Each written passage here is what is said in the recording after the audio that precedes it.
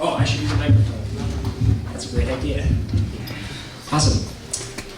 So this is just a presentation. I'm not playing because I'm talking about Karlheinz Stockhausen's Sextet Mikrophonie 1, and I don't have 5 other friends, so and a big tam-tam. But this presentation is a preliminary research for a project that I began in my undergrad studies at the University of Manitoba with the goal of documenting methods of preparation for Karlheinz Stockhausen's 1964 Sextet Mikrophonie 1.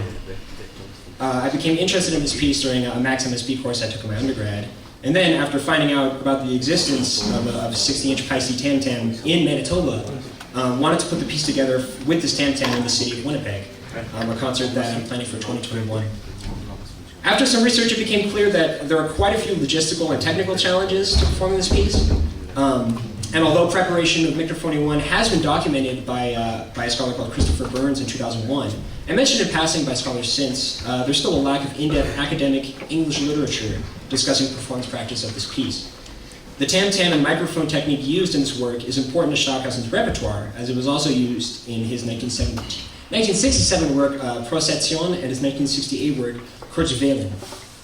In the wake of Stockhausen's passing, now more than a decade ago, it's important to document and preserve preparation methods of his work so that future generations, further removed from Stockhausen's era, can continue to perform his works. Next slide, please. Premiered in 1964, Mikrophonie 1 for tam-tam and electronics is one of the earliest examples of live interactive electronic music. The piece divides 6 players into 2 groups, each with a tam-tam player, a microphonist, and a technologist. So each group of players and microphonists are positioned on either side of the tam-tam, and the technologist in the middle of the hall. Each role contributes to create a unified sound per group. The tam-tam player generates noises using the tam-tam and various implements. The microphonist amplifies that sound. Then the technologist applies high and low pass filters and then distributes that sound between front and back speakers in the hall. It's my observation that the use of microphones in this piece creates 2 specific sort of artistic sound results unique to Western art music at the time of its premiere. The first is inspired by the title of the piece. The name Mikrophonie is derived from the word microscopy and refers to the use of the microphone to amplify very, very quiet sounds on the tam-tam that couldn't really be heard in Western performance contexts. In addition, the live manipulation of filters in this piece has the ability to completely transform the acoustic sounds of the tam-tam into these alien hybrid electronic noises. And although these 2 sound concepts overlap greatly, performers must strike some sort of balance between these 2 concepts in their interpretation. Next slide, please. So Mikrophonie 1 is an ideal candidate for researching the process of digitization of older electroacoustic works of music. This subfield and methodology used in performance and technology research involves creating new technological systems for performing older 20th century pieces that require now obsolete technology. Using visual programming software such as Max MSP or Pure Data, digital models of analog equipment can be efficiently created and easily disseminated. One of the first pieces to be digitized in this manner was carried out by Benny Sluchin and Kurt Lipp at IRCAM in 1992, who used Max to perform Stockhausen's 1966 piece Solo. Miller Puckett later prepared patches for electroacoustic works by Boulez, Stockhausen, Manoury, and Sariaho for Pure Data, all of which are openly available online today. This process of digitization brings an interesting debate about historically informed performance practice that bears surprising similarities to discussions of performance practice of Baroque and early classical works. The issue was encapsulated well by Xenia Pestova, Mark Marshall, and Jacob Sudol in their 2008 paper concerning authenticity versus sustainability in their performance of Stockhausen's Mantra, which I totally stole their title from mine because I think it really encapsulates the sort of issues that you have to approach when looking at these works. Scholars such as Simon Emerson, as well in his 2006 paper, have argued the importance of analog noise to early electroacoustic performances, arguing that the acoustic imperfections, such as noise and crackling, are important sonic qualities and can be compared to period instruments of early music performance practice. Other scholars, such as Robert Essler and Christopher Burns, consider modern technology as a new and valid interpretation of a work that, when implemented properly, can retain the original values and intentions of the composition. Essler described the process of digital autonomy of Stockhausen's Solo, which reduces the number of technologists from 3 to 1, as intrinsic to the communication and interpretation of these values, not just in solo, but electroacoustic music as a whole. And they were able to justify this because Stockhausen was interested in solo, at least with that piece, in sort of reducing the amount of players, and he did create a synthesized version in the 90s. So this sort of digitization of this work is justified because the composer was interested in doing that and taking it a step further from a technological point of view. And that's one of the most important questions in this field, is how do we figure out when digitizing, when these decisions made by composers are specific artistic intent, or were the byproduct of technological limitations that we can now surpass? And can we rationalize digitization of these works in that context? Next slide, please. So, although Stockhausen was extremely specific about many aspects of this score and many of his works, there are actually a lot of factors that he left open for interpretation. So rather than giving exact instrumentation and description of implements to use, Stockhausen employed a vocabulary of 36 descriptive terms, such as bursting, screeching, tromboning. There's a small portion about this right here, from which the performers to devise their own methods of sound generation. The form of the piece is also open, calling on the performers to place 33 pre-composed moments in any order that complies with a given form scheme. That's shown right here. Although a relative scale is given for separate moments, even the overall tempo is left to the performer, so you can really decide how fast or slow you want to take it to a range of 20 to 40 minutes generally. And this, combined with the aleatoric nature of the notation, provides a surprising amount of indeterminacy in a piece that is otherwise very strict in instruction. So when you're looking to put on this piece, other than these factors which Stockhausen has sort of let the performer have the way with, there's two main factors that will cause differences in interpretation. And one of them is the electronics portion, and then the other is the actual tam-tam used. The filter is a MyHack W49 filter, of which only about 100 or so were made in Germany in the 1950s, so they're very hard to track down. And then the tam-tam is a Paiste 60-inch tam-tam. The original was purchased by Stockhausen in 1961 for his work Moment. And although Paiste, the gong is now produced differently, so the original Paiste 60-inch symphonic gong is not actually ideal for the piece, Stockhausen collaborated with Paiste to create a new 60-inch Mikrophonie version in the 90s, which is fortunately now commercially available, although the only quote I was able to find online was $18,000 USD. Accessible. And so, is this equipment vital? Is it necessary to perform this piece? Can you do it without having this very rare filter and tam-tam? Next slide, please. Oh yeah, one more. So according to this 1989 quote, he seemed very loose about it. He had a very lenient view, saying in a lecture that he can imagine a score being used to examine an old Volkswagen musically. Next slide. By 1996, his viewpoint had really changed on this. He doesn't seem to see any performance without the original filter and the tam-tam type as authentic. And I'll read the bottom quote here. It's extremely important to comprehend works which were born to a particular historical moment for the uniqueness. It just won't do to be continually discarding everything and making something different, but rather we should be preserving things and adding new ones. Anyway, it is my experience of music that every instrument, every item of equipment, every technique can produce something unique which can be achieved in no other way. Since that is the case, then we can speak of an original technique and thus deal with an original instrument. If it is imitable, then it is also not worth much. In conclusion, I give up. No, I don't. But this was very discouraging for me and a lot of other scholars who read this, and well, when you're researching and you're trying to put on these pieces that you just sort of fall in love with, it's hard. But scholars such as Burns and Pastova sort of reconcile that by accepting the lack of accessibility of this equipment as a reality, and while continuing to strive for authenticity, approach these performances as undeniably new interpretations of the work. Next slide, please. So there are a number of questions concerning the tam-tam and filter that I've been trying to find answers for. And starting with the filter, this is the interface that I created in MaxMSP to be used for this piece concerning the filter and potentiometer. It's pretty simple. There are 4 MIDI connections to 2 filters and 2 potentiometer controls. I chose my filter curve based off a forum discussion on the Cycle 97 website, which is a forum about MaxMSP. And I use my scale for the filter and potentiometers based off the information given in the score. Next slide, please. There are three main differences between Stockhausen's W49 filter and contemporary filters. First is that the filter had two faders on a single slider. Second was that it was a stepped filter instead of continuous, so it just slid directly between steps of frequencies. And then the third was that it did produce quite a bit of analog noise, which we don't have with today's digital filters. Next slide. So the two faders, I think, is one of the most important aspects of approaching the fader part, because it really actually did affect the way that you play it. You're supposed to play these filters with one hand, and you can see just on the right side here the two switches. It also allows that the high and low frequency filters never cross, because if they cross, there's going to be no noise. I took this quote basically talking about how the piece is very, very difficult to perform without that aspect.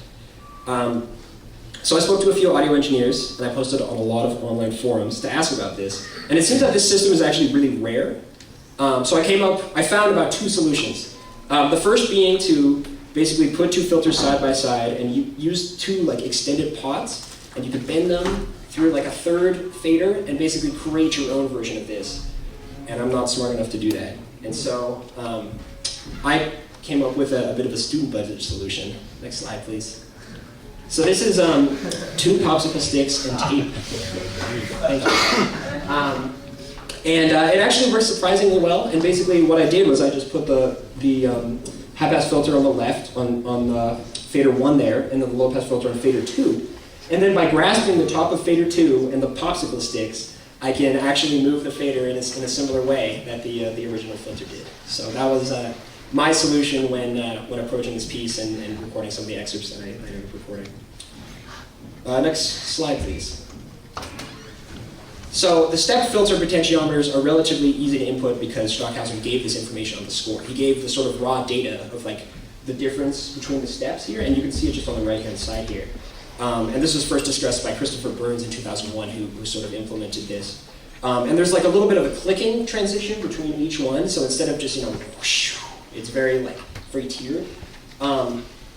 However, it's hard to implement that in a digital filter, and so I did end up smoothing it out a little bit. But the steps are great because you can actually, I'm showing his notation here for the filter part, and you can see he actually evenly divides into the 9 sections right in the middle here. 3 main sections, low, medium, and high, and then each of them divided into 3 subsections. So he had a very, very specific notation for this filter part, and having steps in that allows the filter player to sort of use that a little better, basically. Next slide, please.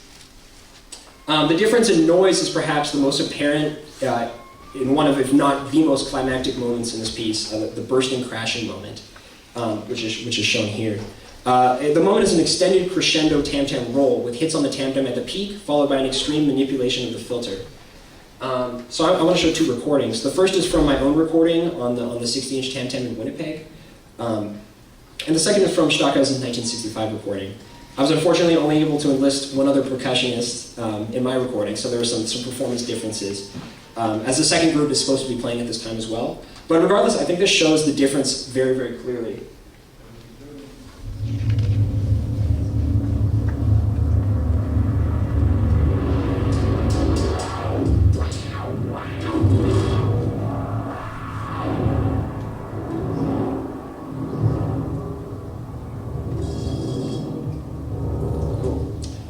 So you can my goal at least was that you could sort of follow the contour there. You can see in the filter part, there's that little bit of an M shape, like an up-down motion.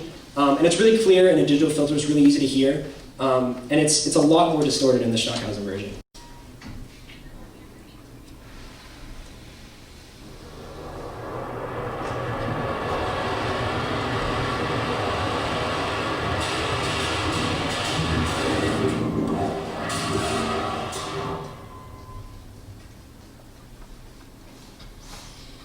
Yeah, so I'm not sure how much cut it up, but it is really, it's difficult to follow because there's so much extra noise going on top of just the frequency manipulation. And all of that is just the extra noise of the entire system itself, but especially this like special analog filter.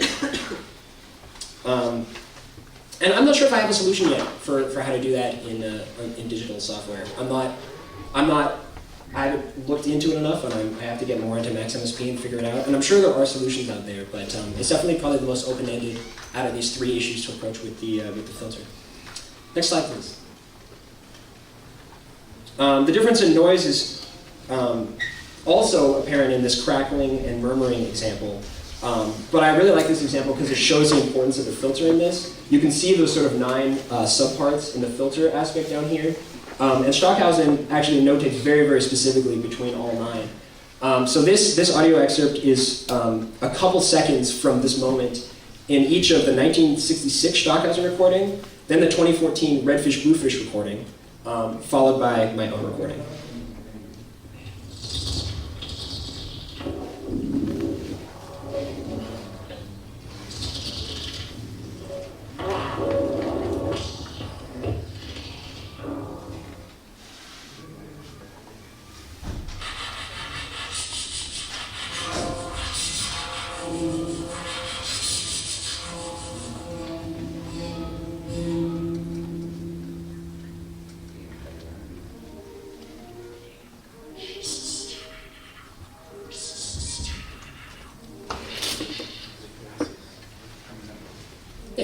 So in a situation like this, where the filter really sort of takes control and it has the most dynamic part out of the 3 parts, it's really important to have that sort of like presence and accuracy in the step filters.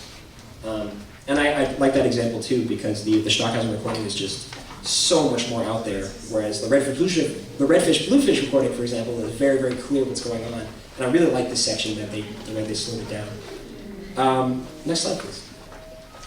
So the tam-tam, the second part that's really hard about putting this together. This is certainly an issue that as percussionists we encounter a lot. Finding the right percussion gear to play for the right piece, especially when approaching older works. PH comes to mind. An examination of Mantra by Zina Kostova et al., they were unable to source the gratales required for the piece, as they're much lower than the conventional 2 octaves of gratales used today. Similarly, Christopher Burns wrote about trying to perform this piece and not being able to, properly, with the proper tam-tam, and so he was forced to use a smaller tam-tam. Next slide, please. And this is what he said, that deciding to go ahead, we had little choice but to make our own musical decisions about the work in accordance with the score and our own intuitions. So in Winnipeg, I compared some of the sounds that Stockhausen mentions specific methods for on both a 30-inch Paiste tam-tam and a 60-inch Paiste symphonic tam-tam. The larger tam-tam has a much wider frequency range and is also logistically easier to fit 4 people around for a performance. A conventional large tam-tam, however, is over 1 millimeter thicker and is more resistant to some of the sensitive sounds called for by Stockhausen, such as rubbed glass, boat monochords, and cardboard tubes. For best approaching this as an ensemble, I would recommend not necessarily using a sound method if it is not giving the desired effect, even if the method is directly specified in the score. Finding alternative sounds that better match Stockhausen's descriptive terms can better demonstrate the composer's intent and provide for a more accurate interpretation. So a comparison between Stockhausen's 1966 video recording and Redfish Bluefish's video recording from 2014 serves to suggest possible solutions for using a non-optimal tam-tam. So this is next slide, please. Thank you, Rod. This is an excerpt from the clashing, groaning, and thundering movement, which is begun by one group clashing and thundering, and followed by the other group giving sustained noises of different registers. So in the score, I've shown that just the bottom part below, it suggested that you use cardboard tubes just straight there on the top, which is done in the original. Play the video.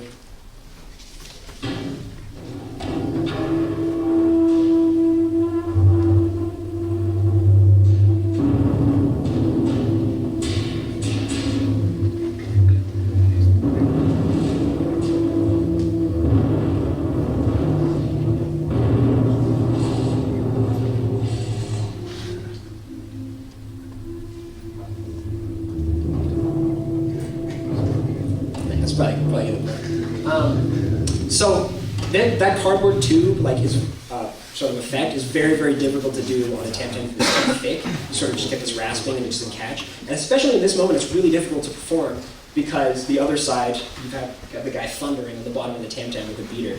The Redfish Bluefish recording I found, they came up with a really good solution to this part. Can you, next slide, please?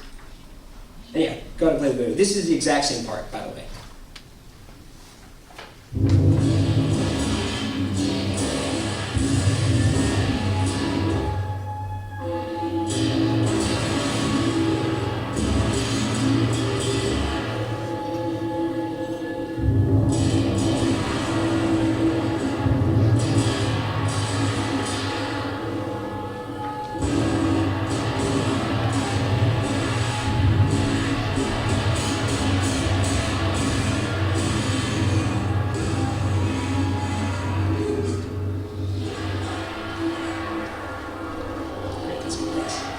So they did have access to one of the Mikrophonie tam-tams, but perhaps to avoid the logistical issue of scraping cardboard when the tam-tams moving so much, or simply to increase the diversity of sound sources used in this piece, they chose to take a different approach to this sort of cardboard tube, and they added these shrieking noises with high and low tubes, and then adding a drumstick. I laughed out loud when I first watched this, especially after hearing the other version, because I thought it was so awesome.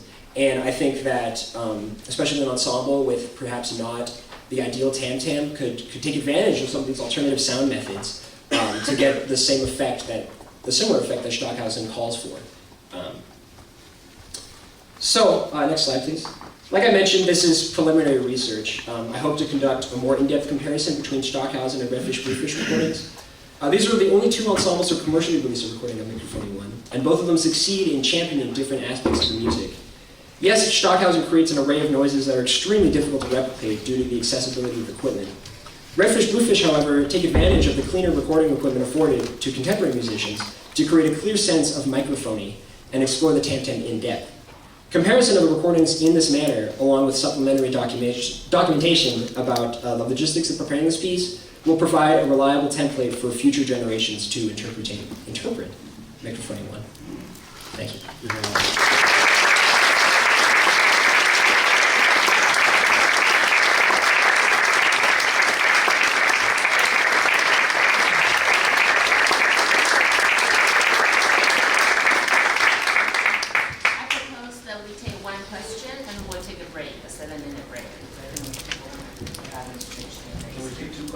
I've got one and I don't want to take one. Okay, well, you want to go first? Yeah. Okay.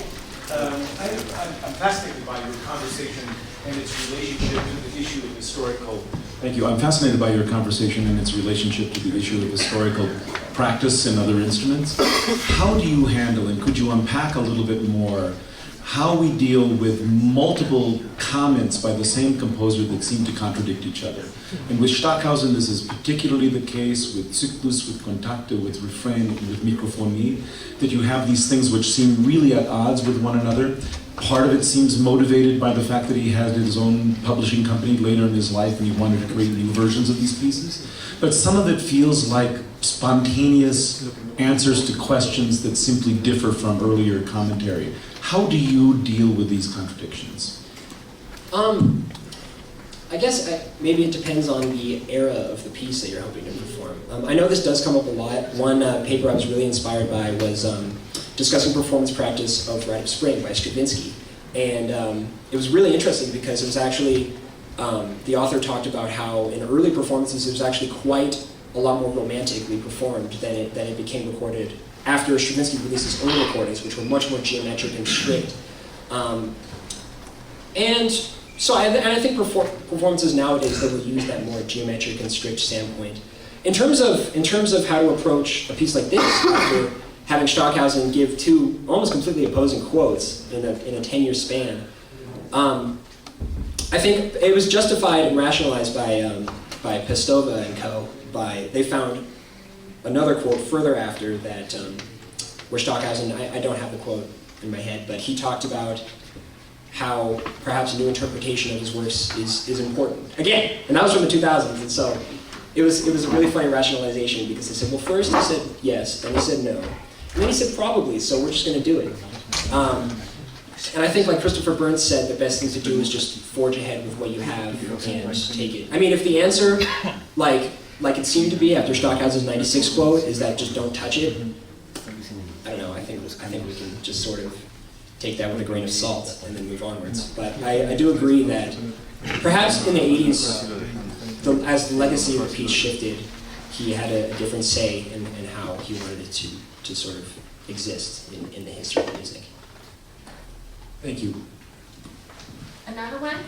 Could you just say it without the microphone? That's fine. I think I have a loud enough voice. I'll even sit up a little bit too.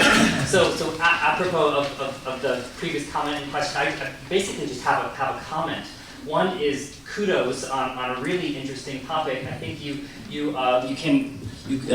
crafted a really compelling analogical argument about how the authenticity, sustainability conundrum maps onto the historical question of Baroque performance practice. And I think that worked really well, and I think it seemed really clear in your research and in your practice of realizing and interpreting this piece and researching interpretations of this piece, the thorny issues of interpretation that crop up when you're dealing with historical interpretation, whether it's Baroque or contemporary or early 20th century performance practice. And just there's something that occurred to me that while you're researching all of these interpretations and choices that can be made and explorations in your own work and the work that other people do, you're developing a really rich repository of possible solutions that could be used towards the creation of another piece. And it might be worth, thinking of,